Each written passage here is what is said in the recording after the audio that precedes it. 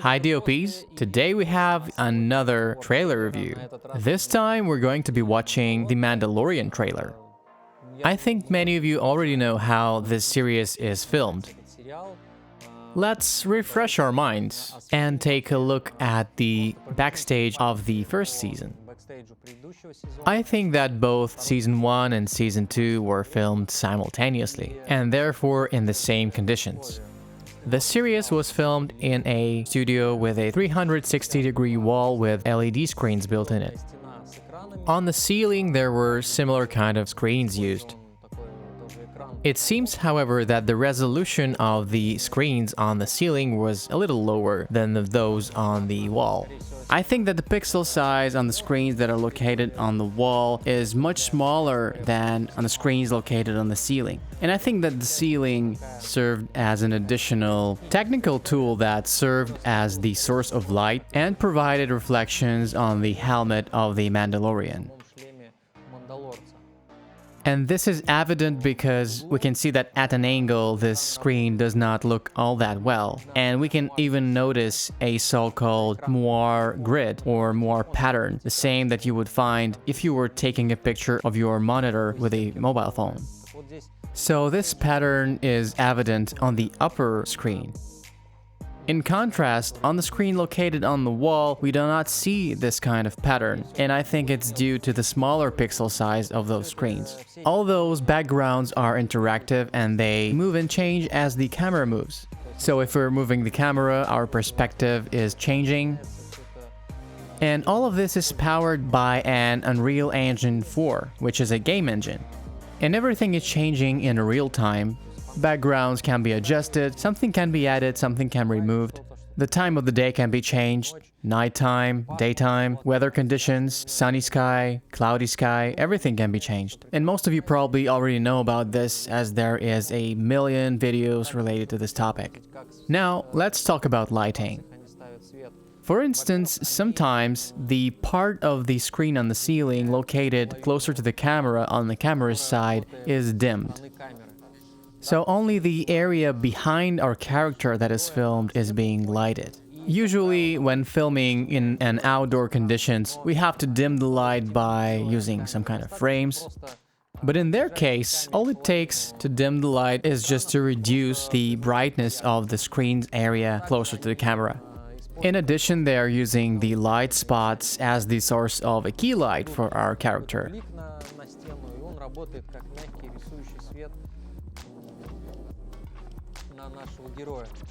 What I also noticed is that sometimes a particular part of the screen is removed. I think the part of the screen was removed in order to install the frost frame, and from behind the screen there was a more powerful source of light used to provide a more pronounced key light to our character. Before reviewing the trailer, let's take a look at what was used for filming it. We go to IMDb and it states that it was also filmed with Arri Alexa LF, just like Batman and Dune that I also have reviewed. Panavision Ultra Vista lenses were used, and I'm not going to go into much detail about these lenses because we don't have these lenses in Russia and I doubt that we'll ever have them. Now, let's review the trailer. In this scene, we can probably tell where our background screen is. Here's our screen. In addition, we can notice that there is some kind of source of light above the character. Probably an imitation of a street light.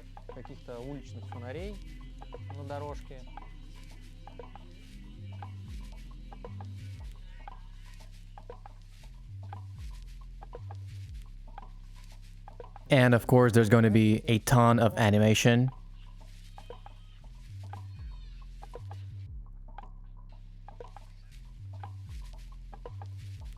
In this scene, I assume that our LED screen is located here.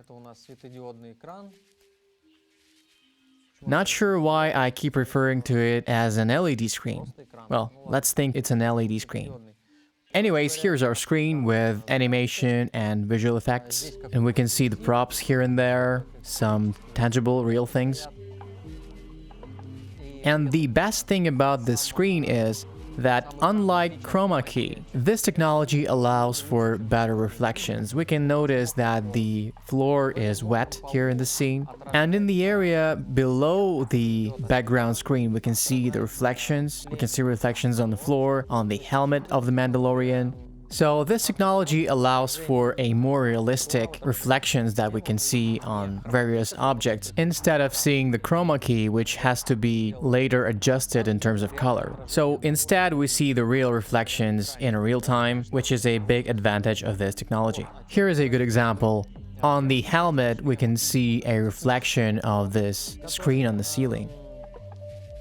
Despite the fact that some lower resolution screens are used, the screen does provide lighting as well as reflection. And all of these reflections are here thanks to the main screen. So the screen itself, as well as its light, is reflected here. So it's a kind of a giant mirror ball. And of course, it would involve a lot more work if chroma key was used or the real stage had to be set in order to achieve decent reflections. I think that this scene mainly relies on graphics and animation. I can see a blur around the character's head. Perhaps there was a screen behind, and in the front a real piece of metal could have been used to imitate a part of the ship, or it could have been added on the post-production stage. It's hard to tell for sure. As we can see, the reflection on the helmet is not quite realistic. All the light is mainly falling from the above, whereas if we take a look around, nothing is quite as lighted.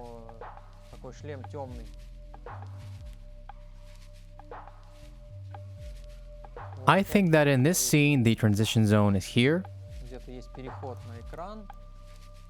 Here is computer graphics, some visual effects. Such a strong backlight must be shining through the gap in the screen. I really doubt that the screen itself could provide that much brightness and imitate the sunlight.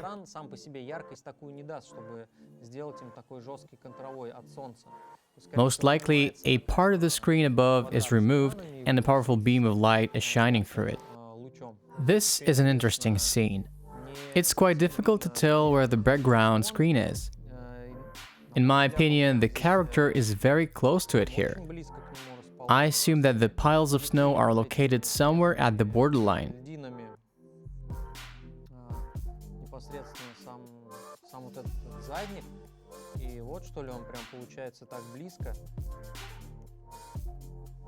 The character seems to be standing very close to the background screen, but it's not that obvious. It is only when we know there is a screen we start to look more precisely.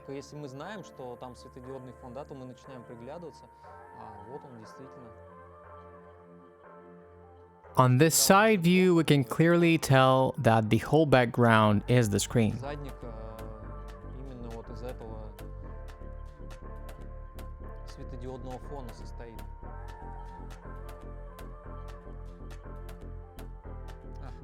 That's interesting. In that one other frame, we saw the edges of the background screen. And I think that here we see those same edges. At least the scene looks very familiar, as if the character was entering the set itself.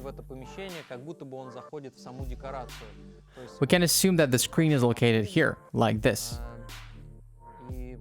The boxing arena could be real, but everything behind it is clearly provided by the screen. Much like in this frame, the main area is in the center, while the background is behind.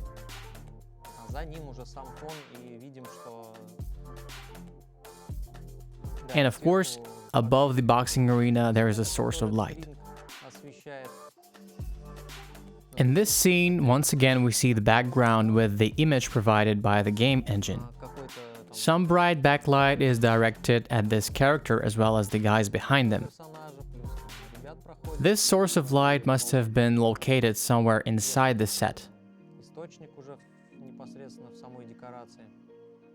In this scene, we see that the benches and overall furniture are kind of hiding the transition zone between the background screen and the floor. This makes the transition itself unnoticeable.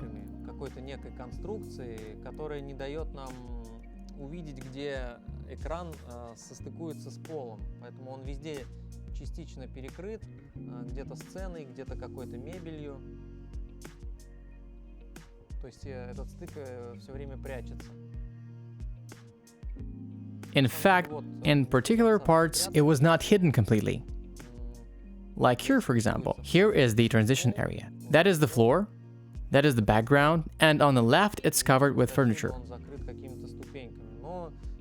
But I think it's only noticeable to every picky DOP, while the ordinary viewer will not be able to see if anything is not perfect.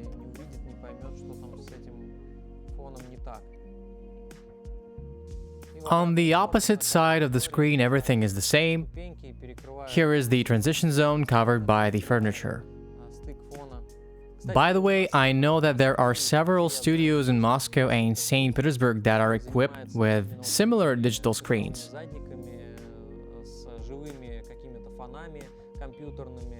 So you can come, mount the camera, and launch any background you wish.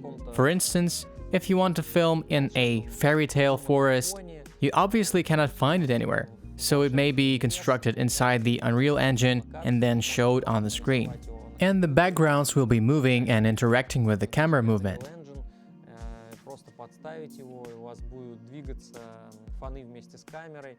In my opinion, this technology deserves attention. I think it is the future. The studios and the domes will be getting bigger and bigger. Imagine a very large 1,000 square meter studio on Mosfilm equipped with these screens. So you just step in there, launch the background, and suddenly you are on another planet. And you do not need to work too hard with the lighting and other stuff. Actually, a similar technology was utilized in Oblivion with Tom Cruise. There was a large studio with white sheets hanging on the walls, and several powerful projectors were the source of the background image. But they were not interactive. That means that the movement of the camera was not causing any changes in the background's perspective.